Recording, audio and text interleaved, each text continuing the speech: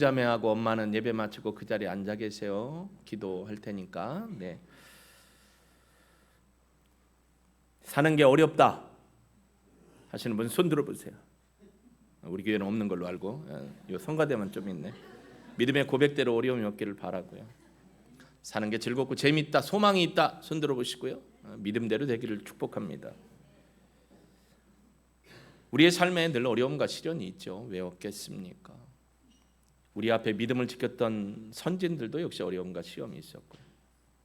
오늘 우리에게도 지난주에 말씀드렸던 것처럼 인생의 역경은 다 있습니다. 그런데 그 인생의 시련과 역경과 어려움이 하나님의 아들 예수 그리스도를 믿는 것 때문에 일어나는 것에 대해서 우리는 좀 마음이 어려울 때도 있고 힘들 때도 있을 것입니다. 하나님의 뜻을 도저히 모르겠는데요 라는 마음을 가질 수도 있을 것입니다. 특별히 구원받은 하나님의 자녀라고 하면서 만사 형통할 줄 알고 잘 될 줄 알았는데 그것이 안 되는 상황 속에서 우리의 생각과 마음이, 삶이 참 고되다라고 얘기할 수도 있을 것입니다.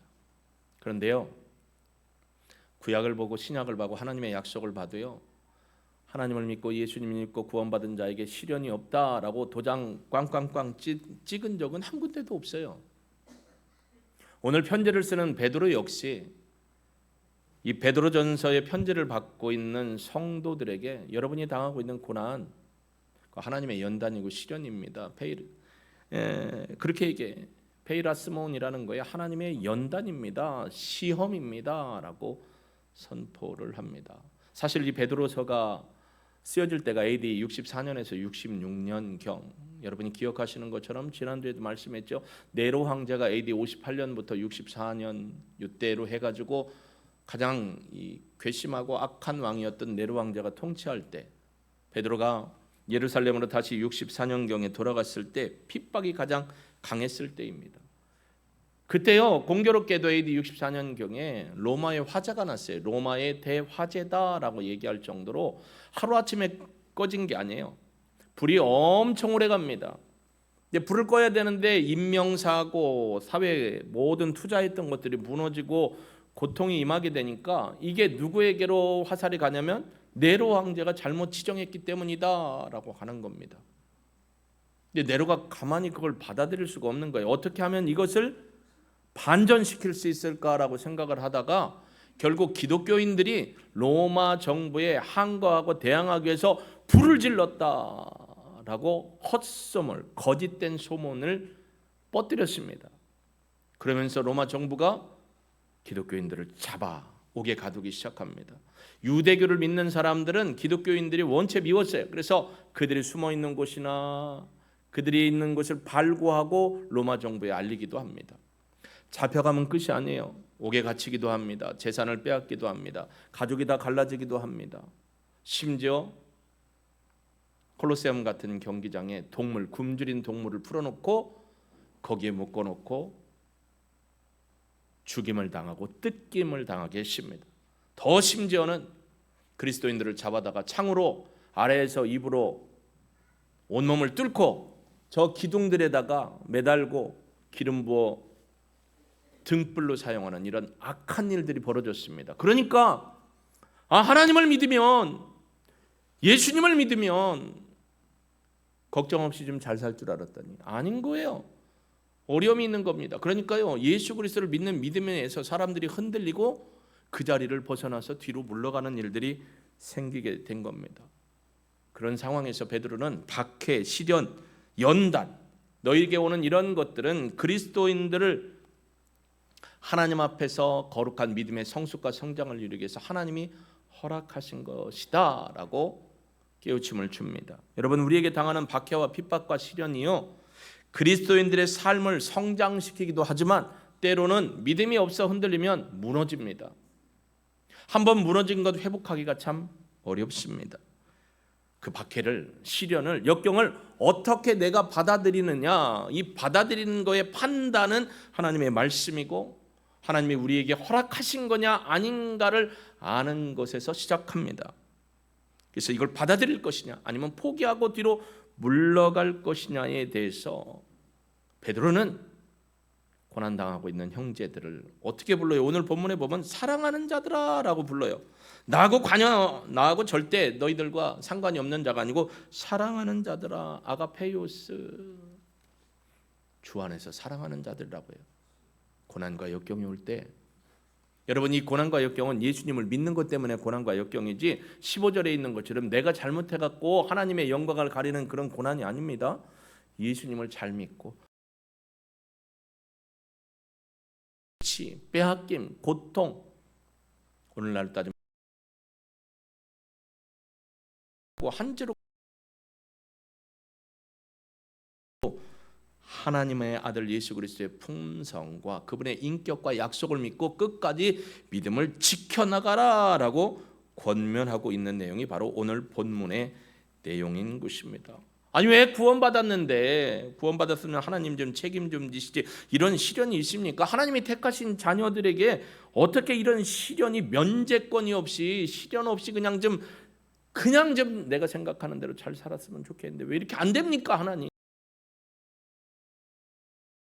하시는 분도 있을 겁니다. 그런데요, 좀 전에 제가 말씀드린 것처럼 예수 그리스도를 믿고 하나님을 온전히 섬기는 사람들에게 시련이 없다라고 하나님이 약속한 곳이 없어요. 도리어 고린도전서 10장 13절에 보면은 우리에게 있어서 시련과 어려움과 역경을 적절하고 잘 극복하고 이겨낼 수 있도록 하나님이 도우시겠다. 할렐루야. 이렇게 약속을 해주십니다. 한번 같이 읽어볼까요? 사람이 감당할 시험 밖에는 너희가 당한 것이 없나니 오직 하나님은 미쁘사 너희가 감당하지 못할 시험 당함을 허락하지 아니하시고 시험 당할 즈음에 또한 피할 길을 내사 너희로 능히 감당하게 하시느니라. 아멘. 하나님의 약속입니다. 여기에 계신데 우리 어린아이들이 당하는 시련과 여러분이 당하는 시련의 경도는 다르겠죠. 그러나 각각의 상황에 따라서 받고 있는 시련과 역경과 고난, 예수님을 믿는 것 때문에 당하는 겁니다. 그런 상황에서도 하나님은 여러분에게 피할 지혜와 피할 수 있는 능력도 주시고 성령께서 너희로 능히 감당할 수 있도록 능력으로 덧입혀 주실 거니까 걱정하지 말라라는 겁니다. 두려워하지 말라라는 겁니다. 믿음 포기하지 말라라는 겁니다. 여러분, 지금 베드로가 초대교회 성도들에게 보냈던 이 편지가 앞으로는 대한민국 교회나 열방의 교회에 보내질 수 있습니다. 시대는 점점 하나님의 진리를 거부하고 시대는 점점 교회를 핍박하는 시대로 갈 겁니다. 그런 때에 여러분, 그때를 당면하기 전에 우리가 이 말씀을 하나님이 주시면 우리로 하여금 믿음을 저버리지 말라고 지금부터 하나님이 여러분에게 예방주사를 놓는 것이라고 저는 생각합니다. 여러분, 독감주사 맞아도 몸살 나고요. 독감주사 맞아도 감기 걸리잖아요. 예방주사도 잘 맞아야 되는 거예요. 시련인 연단, 개역개정은 시련이라는 표현을 썼어요. 페이라스몬이라는 거예요. 페이라스몬. 이게 뭐냐면 단순한 시련이 아니에요. 이 페이라스몬이라는 건 하나님께서 우리에게 허락하신 건데 우리의 신앙의 성숙과 성장을 이루어갈 수 있도록 우리에게 꼭 필요한 연단이에요. 그러니까 우리가 살아가면서 꼭 필요한 각자에게 주어진 믿음을 통해서 살아갈 때 주는 연단이에요. 근데 그 연단마다 각자가 다 수준에서 이길 수 있도록 하나님이 도우신다는 거예요. 아이들 키울 때 보면 지금 여기 아이들도 있는데 가끔 보면 엄마, 아빠, 근데 아빠는 잘 안 찾아요. 엄마, 무릎이 아파 막 엉엉 울 때가 있어요. 그러면 웬만한 엄마는 알잖아요. 뭐예요? 다 아시잖아요. 근데 우리는 모르면 어떻게 돼요? 난리법석을 해요. 어디가 아프다고, 다리가 아프다고, 큰일 났네. 여보, 시동 걸어. 병원부터 가요. 근데 아는 엄마는 어떻게 해요? 네가 어른이 되어가고 있는 거야. 잘 크고 있는 거야. 걱정하지 마. 좀 아프구나. 엄마가 만져줄까? 엄마가 기도해줄까? 이러면 되는데 어떻게 해요? 자발을 떠는 거예요.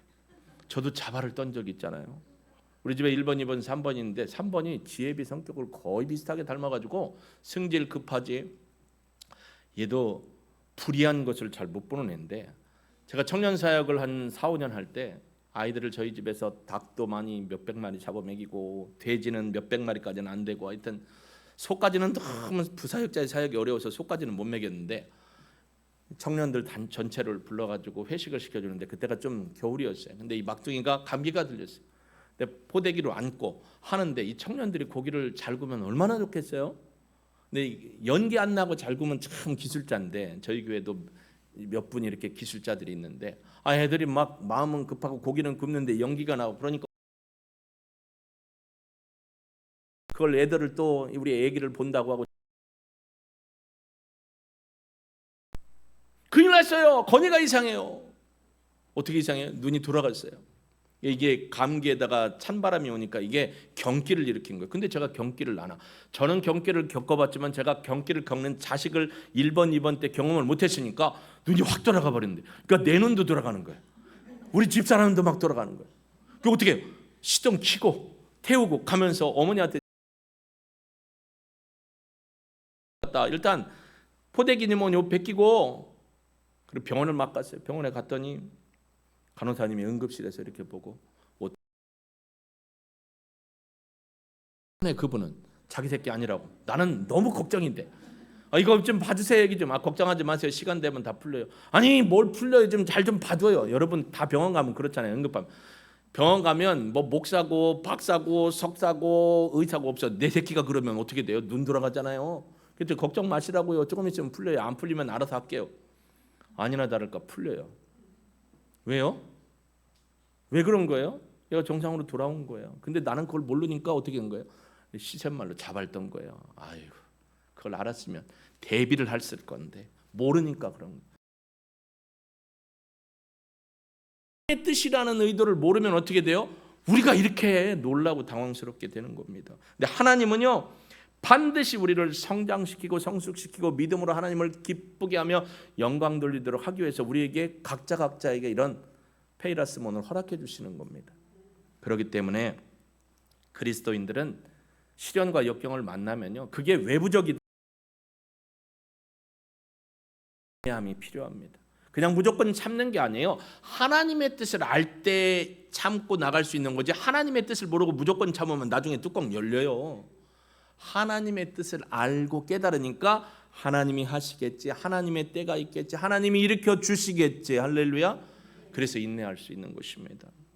하나님은 신앙 때문에 그리스도인들이 핍박당하는 것을 이렇게 말씀하세요. 여겨주시는 겁니다. 오늘 본문도 그렇게 얘기해요. 오히려 너희가 그리스도의 고난에 참여하는 것으로 즐거워하라. 이는 그 영광을 나타내실 때에 너희로 즐거워하고 기뻐하게 하려 함이라. 쉬운 성경은 이렇게 얘기합니다. 사랑하는 여러분, 고난을 받는 중에 당황스러워하거나 놀라지 마십시오.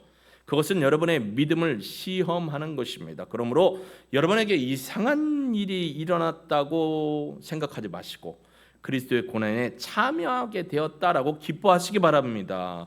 그리스도께서 영광 중에 다시 오실 그날에 여러분은 기뻐하고 즐거움으로 그 영광에 참여할 것입니다. 할렐루야. 위로받으시기 바랍니다. 그래서 하나님은요, 그리스도께서 고난을 받아 죄인을 구원하려고 하셨듯이, 그래서 하나님의 그 뜻을 성취하셨고 그것이 하나님의 기쁨이 된 것처럼 여러분이 예수님을 믿는 믿음의 신앙, 하나님을 섬기는 믿음의 신앙 때문에 누군가로부터 고통을 겪고 있고 저주를 받고 있고 조롱을 받고 있고 불합리한 일을 당하고 있다라면 하나님이 이 과정을 통해서 하나님의 뜻에 내가 순복하고 결국은 하나님의 기뻐하는 일을 이루기로 하나님이 작정하시고 가고 계시구나라고 인정하고 도리어 감사할 수 있기를 주의 이름으로 축복합니다. 지난주에 우리가 오스왈드 챔버스 목사님을 봤죠. 그분이 하나님의 사랑이라는 책에서 이렇게 얘기해 주셨습니다. 인내는 현악기와 같다. 인내는 현악기, 그것도 바이올린, 액센트는 바이올린이 아니죠. 바이올린이죠. 넬슨, 바이올린, right? 예, 오케이. 끄떡끄떡 하셨어요. 바이올린의 현악기의 특징 중은 현악기는 쪼여야 되잖아요. 그걸 이 오스왈드 챔버스가 얘기했습니다. 가장 높은 음은 가장 강하게 당겼을 때에 가장 아름답고 좋은 고음이 난다라고 얘기를 했습니다. 인내하는 힘이 세면 셀수록 바이올린 현이 있잖아요. 현을 당겨서 현을 맞춰야 하잖아요. 근데 당겨서 끊어지지 않을 정도로 당겨서 고음으로 딱 만들어 놓으면 그때 내는 음이 아름답고 사람의 귀에 마찬가지로 우리도 신앙의 고통 속에서 하나님이 우리에게 허락하신 것이라면 그 뜻을 알고 인내하고 당기고 인내했을 때 우리 안에서 아름다운 소리, 사람들에게 기쁨을 주는 소리 나게 된다라는 겁니다. 근데 이거는 각자가 감당을 하셔야 된다는 거예요.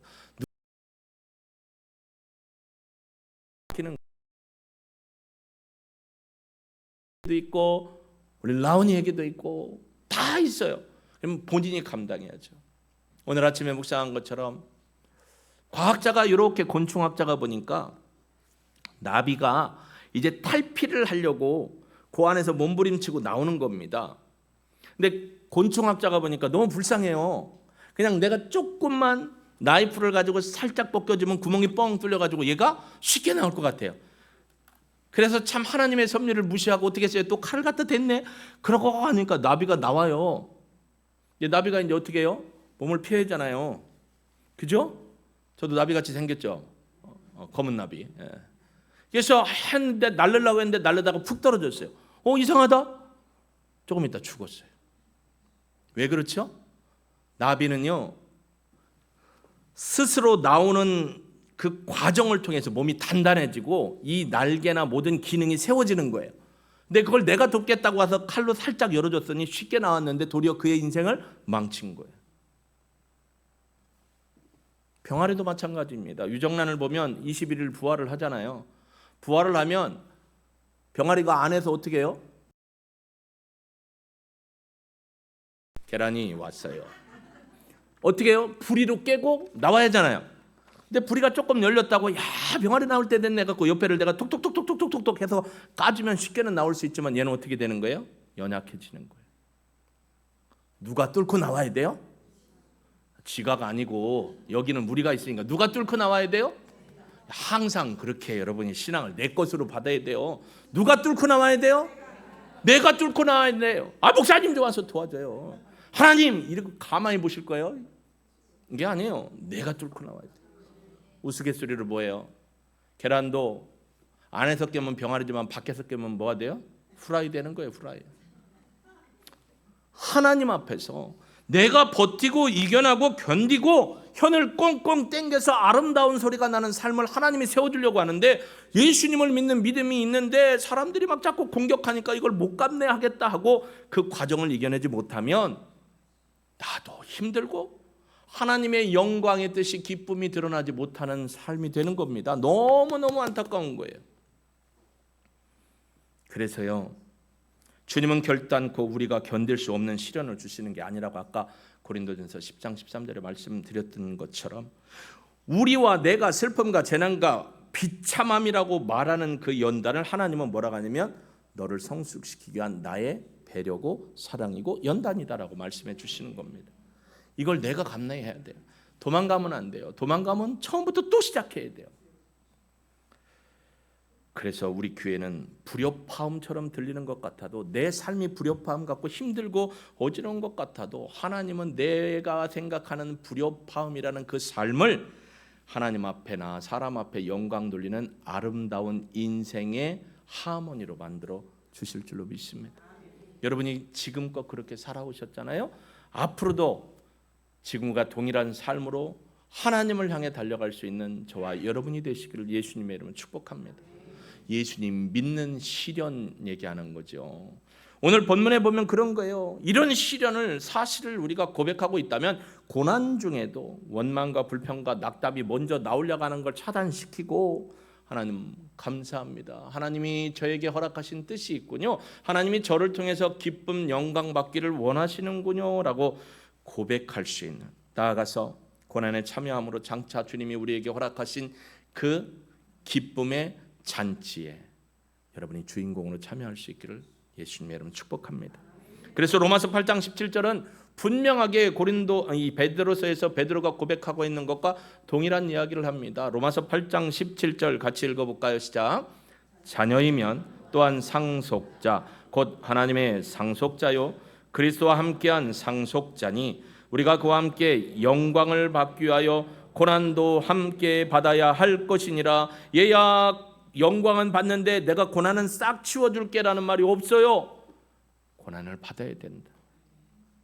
만남의 과정에서, 직장을 취업하는 과정에서, 직장에서 일하는 과정에서도 예수님을 믿는 믿음의 신앙으로 복음을 전하거나 복음의 능력대로 살아가는데 그것 때문에 여러분이 퇴짜를 맞거나 잘리거나 어려움을 당하면 쉽지는 않겠지만 이렇게 얘기하세요. 하나님 감사합니다. 여러분 지금 아멘 안 하잖아요. 난 그렇게 못하겠다는 거 아니야. 하나님 감사합니다. 내가 하나님의 자녀로 인정받게 해주셔서 감사합니다.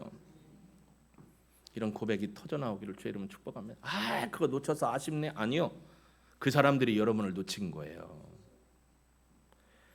하나님께서 그리스도인들에게 불시험을 허락하는 궁극적인 목적은 그리스도의 재림, 그리고 그 재림과 더불어 심판의 날에 여러분에게는 말할 수 없는 기쁨과 말할 수 없는 즐거움을 허락하시기 위해서라는 것입니다.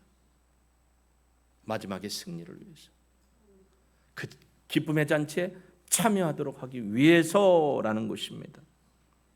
여러분 오늘 본문에도 보면 15절 너희 중에 누구든지 살인이나 도둑질이나 악행이나 남의 일에 간섭하는 자로 고난을 받지 말라. 이건 뭐냐면 예수 그리스도를 믿는 믿음의 신앙으로 살다가 고난당하는 거 말고 너희들이 죄를 짓고 악을 행하고 도둑질을 하고 남의 일에 간섭하는, 참견 안 해야 되는 일에 참견하거나 남의 것을 훔치거나 남을 참소하거나 거짓부렁으로 남을 속이는 이러한 일로 당하는 고난에 끼어들지 말아라, 말려들지 말아라 라고 얘기합니다.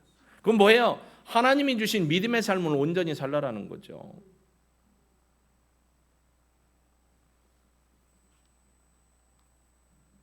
나를 인하여 너를 욕하고 핍박하면 14절 보실까요? 너희가 그리스도의 이름으로 치욕을 계시기다. 영광의 영, 하나님의 영, 성령이 너희 안에 계시는데 너희가 나 때문에 그리스도의 이름, 예수 그리스도를 믿는 그리스도인이라는 이름은 신약 성경에 3번 나오거든요. 그리스도를 당하고 어려움 인정을 하라는 거예요. 왜냐하면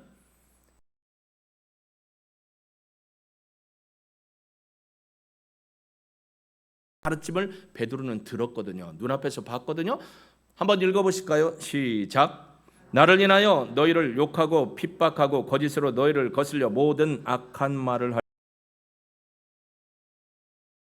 복이 뭐예요? 하나님의 임마누엘의 복이고 함께함의 복이고 하나님이 여러분을 사랑해 주시고 인정해 주시는 복입니다. 베드로는 이걸 알았어요. 그래서 여기 이렇게 기록한 거예요. 여러분은 복된 분입니다. 하나님의 영광에 참여하는 분입니다. 예수 그리스도의 고난에 함께하기 때문에 지금 어렵고 힘들지만 하나님께서 여러분을 기쁨의 잔치에 참여하게 하고 그 즐거움을 누리게 할 것입니다. 걱정하지 마십시오. 포기하지 마십시오. 믿음 버리지 마십시오. 어떠한 환난과 역경이 있어도 하나님 앞에 큰 아름다운 별이 될 것입니다. 라고 얘기해 주시는 겁니다. 비록 지금 현재로는 그 고난이 너무 힘들고 어려워요. 예수님 믿는 것 때문에 가족 중에 핍박을 당할 수 있어요. 만남의 복 가운데서 예수 믿는 것 때문에 복음 전도했던 것 때문에 어려움을 당하고 있고 거절당할 수도 있어요. 직장에서 예수님 믿는 믿음의 신앙으로 그냥 하나님의 뜻대로 살아갔더니 막 어떻게 좌절을 겪는 경우도 있을 거예요. 낙방을 보는 경우도 있을 거예요. 고연히 다른 이유를 대지만 사실은 신앙의 문제로 다니엘처럼 어렵게 할 수도 있을 것이지만 이로 인해 장차 여러분이 하나님 앞에 누리게 될 영광과 복과는 비교할 수가 없다라는 사실을 기억하시기를 바랍니다. 그래서 하나님의 뜻을 알기에 인내할 수 있는 겁니다.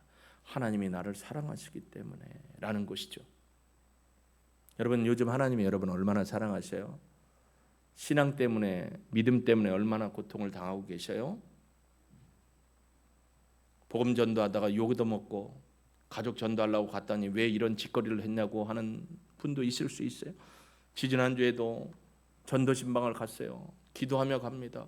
우리의 사명은 복음을 증거하는 겁니다. 여러분 자녀, 부모님, 사위, 며느리, 가족들 신앙생활을 하다가 지금 신앙에 미끄러져서 낙심하고 있는 가족들, 자녀들을 주님 앞에 인도하는 게 우리의 사명이라는 겁니다.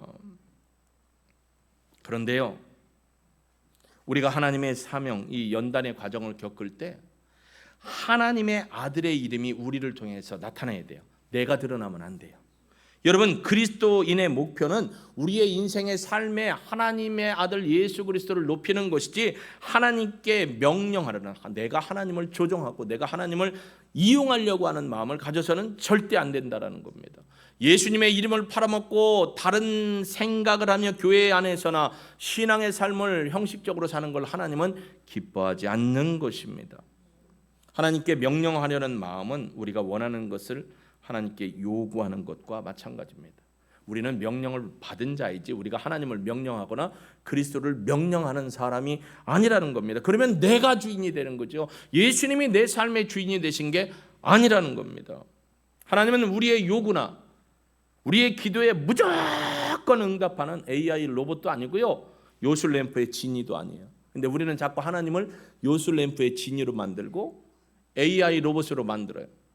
하나님, 내가 밑그림을 이렇게 그려놨거든요. 오늘은 이쪽 모서리 기도를 해요. 여기 내가 원하는 대로 꼭 채워져야 돼. 안 그러면 나중에 퍼즐이 안 맞아요. 하나님, 센터에 이번에는 요걸 기도하는데요, 요 모양 요대로 이 상황대로 그대로 돼야 돼요. 안 되면 참 머리 아파집니다. 제가 하나님을 섭섭하게 생각할 거예요. 하나님, 내가 원하는 대로.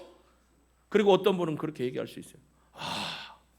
내가 원하는 대로 하나님이 꼭 응답해 주셨다. 아니요. 응답은요, 하나님의 때 하나님의 방법으로 하나님이 하시는 거예요. 내가 원하는 대로가 아니고요, 하나님이 보실 때 여러분에게 가장 알맞는 시기와 알맞는 방법으로 하나님이 허락해 주시는 거예요.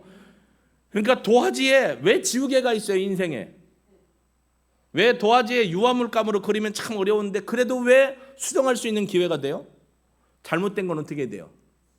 그러면 내 인생의 도화지에 내 기도를 갖다 그리는 게 맞아요? 하나님의 뜻대로 지워야 되는데 지우기 싫죠? 내가 이거 얼마나 노력을 많이 했는데, 내가 얼마나 수고를 많이 했는데. 아니요, 여러분이 수고하고 노력한 것 이상으로 하나님의 뜻에 순복할 때 하나님이 여러분 앞에 일하심을 믿으시길 주의 이름으로 축복합니다. 그래서인지 예수님은 공생의 기간 동안 하나님께 명령하지 않았어요. 도리어 하나님이 원하시고 하나님이 내게 말씀하신 것을 나는 믿음으로 순종하고 하나님의 뜻대로 행했습니다라고 예수님은 십자가를 지시는 사건 속에서도 이렇게 얘기하셨습니다. 가장 어렵고 힘든 시기에도 나는 하나님의 뜻을 따라 이 사역을 감당합니다. 아버지의 뜻대로 되기를 원하고 바라고 소망합니다. 자, 한번 같이 해보실까요? 이게 이제 1부에 나왔다 2부에 오시는 분들은 목사님 1부하고 2부하고 이 설교를 다 실은 상황이 달라서 그래요. 따라해 보세요. 하나님께서 원하시고 바라시고 기대하는 대로 그런 믿음의 신앙을 삶을 사는 저와 여러분이 되길 주의 이름으로 축복합니다. 우리가 그리스도인으로 부름받은 이유는 단 하나입니다. 하나님의 이름을 영화롭게 하는 것. 누구를 통해서? 예수 그리스도를 믿는 믿음을 통해서. 하나님께서 우리에게 주신 명령, 마지막 지상 때 위임 명령뿐만 아니라 믿음의 삶을 살고 사랑의 삶을 살라고 하는 그 명령을 시행할 때 시련이 올 수도 있고 같이 믿는 다른 사람한테 욕을 얻을 수도 있고, 같은 가족이면서 예수가 그렇게 중하냐, 교회 가는 게 그렇게 중하냐 하고 믿음의 도전을 받을 수도 있을 것입니다. 그때 포기하지 마십시오. 뒤로 물러서지 마십시오. 주의 말씀을 꽉 붙드십시오. 맞서 싸울 수 있는 영적인 능력을 말씀을 통해 키우십시오. 말씀이 우리의 삶의 분별이고, 말씀이 우리의 삶의 나침반이고, 말씀이 우리의 삶의 지표입니다. 하나님께서 이런 믿음으로 삶을 살면 여러분에게 힘도 주시고 지혜도 주시고 능력도 주시고 사람도 붙여주시고 필요한 물질도 여러분을 통해 흘러가게 하실 줄로 믿습니다. 이 믿음을 포기하지 않게, 이 믿음을 지켜가는 이 시대에 우리가 되기를 소망합니다. 제가 서두에 말씀드렸지만 앞으로 교회는 계속 핍박을 받을 것입니다. 목회자도 핍박을 받을 것입니다. 어려운 시기가 올 것입니다. 그때에도 변하지 않는 믿음으로 하나님 앞에서는 저와 여러분이 되길 주의 이름으로 축복합니다. 여러분은 요즘 어떤 시련과 역경을 겪고 있습니까? 또 그것을 어떻게 극복하며 싸워가고 계십니까? 여러분이 잘못해서 하나님의 영광을 가리는 게 아니고 믿음을 잘 지키려고 하는 자꾸 핍박이 오면 뭐라고 생각하시라고요? 내가 지금 복 받는 중이구나 라고 생각하시라는 거예요. 내게 능력은 주님이 주십니다. 하나님의 영이 주십니다. 그렇기 때문에 우리는 기도하고 성령의 능력을 공급받기를 사모합니다. 그리고 이겨내서 하나님 앞에 영광을 돌리고 예수 그리스도의 이름이 우리의 삶을 통해 높여지게 될 줄로 믿습니다. 하나님께서 계획하신 은혜, 그걸 일명 복을 여러분이 누릴 수 있는 자격과 은혜를 얻게 될 것입니다. 그렇기 때문에 날마다 마음속에 어려움이 있고 삶에 어려움이 있어도 누구한테 나가야 되냐면 주님 앞에 나가셔야 합니다. 주님의 말씀 붙들어야 합니다. 주님을 절대로 포기하면 안 됩니다.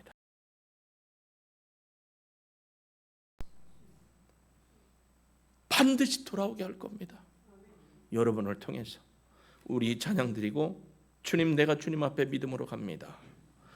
주님, 이 시련을 통해서 믿음의 인내와 말씀에 굳건한 믿음을 통해서 주님이 나를 성숙 연단시키시고 영광 받으시고 우리 딸, 아들, 며느리, 사위, 손주, 남편, 아내, 우리의 친한 친구들 주께 인도하기를 소망합니다. 사용하여 주시옵소서라고 함께 결단의 기도 올려드리겠습니다.